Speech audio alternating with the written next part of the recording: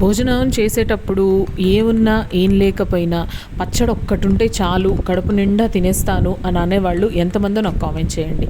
Hi hello అండి, welcome back to the channel lavish foods and vlogs. అందరూ ఎలా ఉన్నారండి? బాగున్నారా?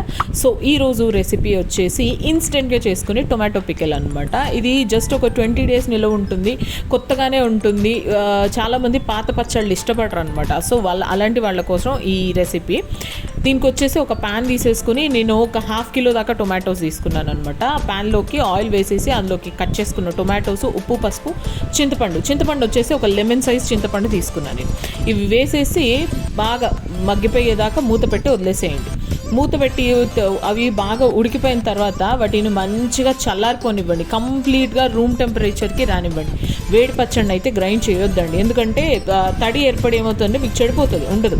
సో అందుకనేసి పచ్చడి అంతా నీట్గా చల్లారిపోయిన తర్వాత మిక్సీ జార్ తీసేసుకొని అందులోకి పచ్చడి అంతా వేసేసి దాంట్లోకి ఇంకొంచెం పసుపు, అలాగే కారపొడి, ఆవపిండి, మెంతిపిండి ఇవన్నీ దీనిలోకి వేసేసి నేను గ్రైండ్ చేసేసుకుంటున్నాను అనమాట ఇక్కడ. సో మంచిగా దాన్ని అంతా మిక్స్ అయ్యేలాగా గ్రైండ్ చేసేసుకోండి. ఇంగువ కూడా ఇక్కడే వేసుకోవచ్చు వేసుకునేటట్టయితే, బట్ నేను తిరువాతలోకి వేసుకుంటాను ఇంగువ.